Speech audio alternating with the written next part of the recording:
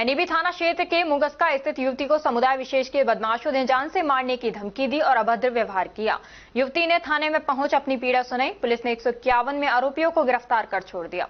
हिंदू संगठन ने स्थानीय पुलिस पर आरोप लगाए हैं। जानकारी मिलने पर शहर विधायक संजय शर्मा पीड़ित के घर पहुंचे और आश्वासन दिया कि जल्द ही आरोपी पकड़े जाएंगे।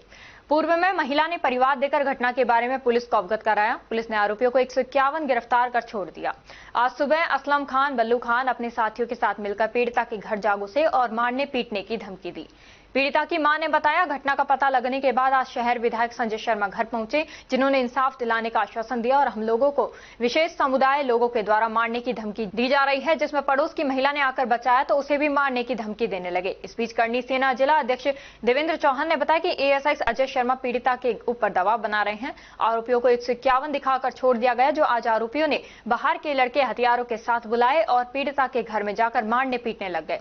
इस बीच बचाव में करनी सेना के सदस्यों के साथ भी हाथापाई की गई। इस संबंध में थाना प्रभारी दिनेश कुमार मीणा ने बताया कि 2 दिन कोर्ट की छुट्टी होने की वजह से 164 के बयान नहीं हो सके, जिनके बाद कार्रवाई नहीं हो सकी। कोर्ट खुलते ही नियम अनुसार कार्रवाई की जाएगी। यदि आज कोई घटना हुई है तो इस पर भी कार्रवाई की जाएगी। सर, 29 दिसंबर की बात है, 2024 की। मैं ऑफिस से आ रही थी, मुझे छेड़छाड़ करके गए। हमने एफआईआर दर्ज कराई एनईबी थाने में। असलम खान, बल्लू खान, उनके खिलाफ एफआईआर कराई। उनको अगले ही दिन छोड़ दिया गया। उसके बाद 22 मई को फिर हमारे साथ छेड़छाड़ की है।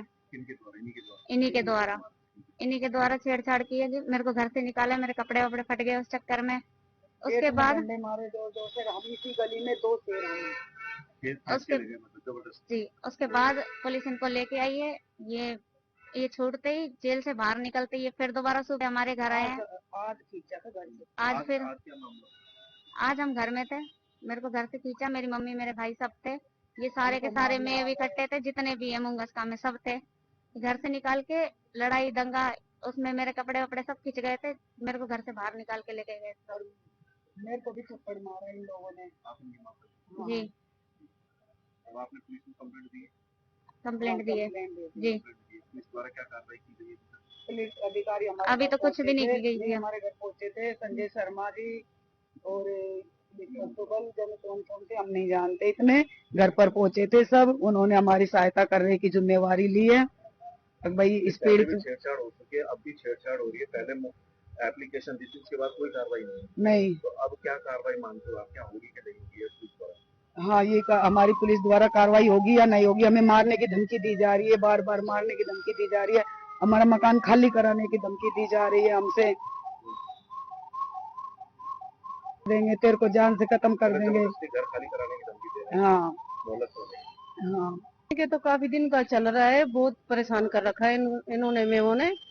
और आज तो ज्यादा ही हो गया। कुछ तलवारें लेकर आ गए, डंडे थे, उनकी लेडीज थी, सब आदमी थे, सब आ गए। मतलब तो पता नहीं कहाँ कहाँ से बुलाए इन्होंने, मेव इकट्ठे करे हैं।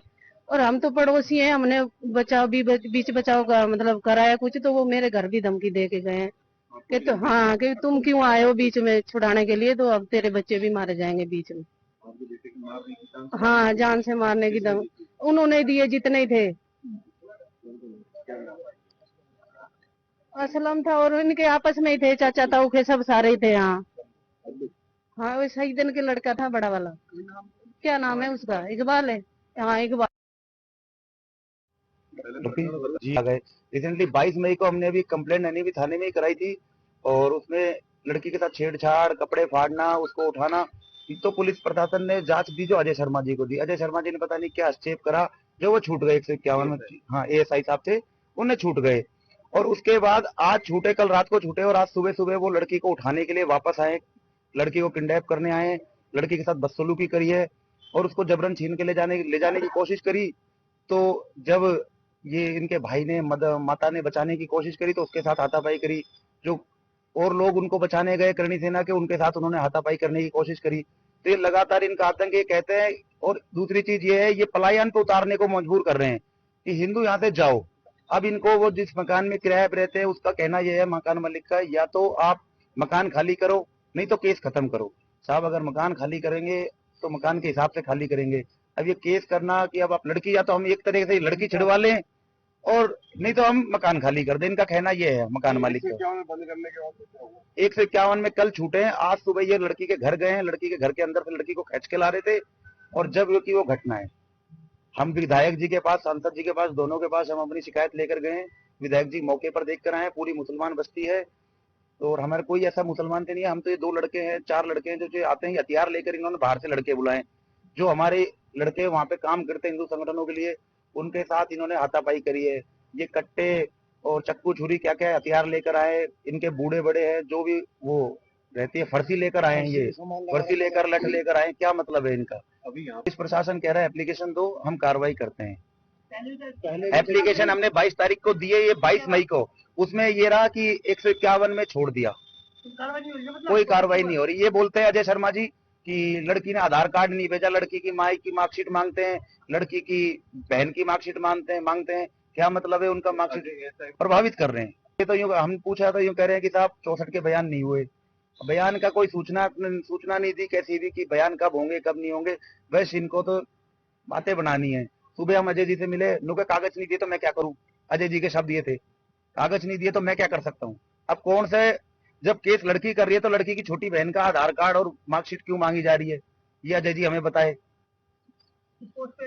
अजय जी एएसआई है, पता नहीं किस लिए एनईबी थाने में और किस लिए दबाव बना रहे हैं, ये हमें नहीं पता। मेरा देवेंद्र चौहान है, करणी सेना जिला अध्यक्ष अलवर। 22 तारीख को पीड़िता की तरफ से छेड़छाड़ के संबंध में, धमकी देने के संबंध में प्रकरण दर्ज कराया गया था, जिसमें जो आरोपी पक्ष था उनको दस्तयाब किया गया था और पाबंद किया जाकर इंतजारी कार्रवाई करके उनको गिरफ्तार किया गया था। क्योंकि पीड़िता के 164 के बयान माननीय न्यायालय में करवाए जाने से 2 दिन तक कोर्ट की छुट्टी थी, इसलिए अग्रिम कार्रवाई नहीं हो सकी। कोर्ट खुलती तुरंत नियमानुसार कार्रवाई की जाती। 151 में जब बंद करते, किसी भी एक्यूज्ड को 24 घंटे के अंदर मजिस्ट्रेट साहब के समक्ष पेश करना अनिवार्य है। तो 24 घंटे जब बंद हो गए तो मजिस्ट्रेट साहब के समक्ष पेश किया था, उन्होंने बेली भी उनकी तरफ से एफआईआर दी जाएगी, बिल्कुल दर्ज की जाएगी, नियमानुसार कार्रवाई होगी।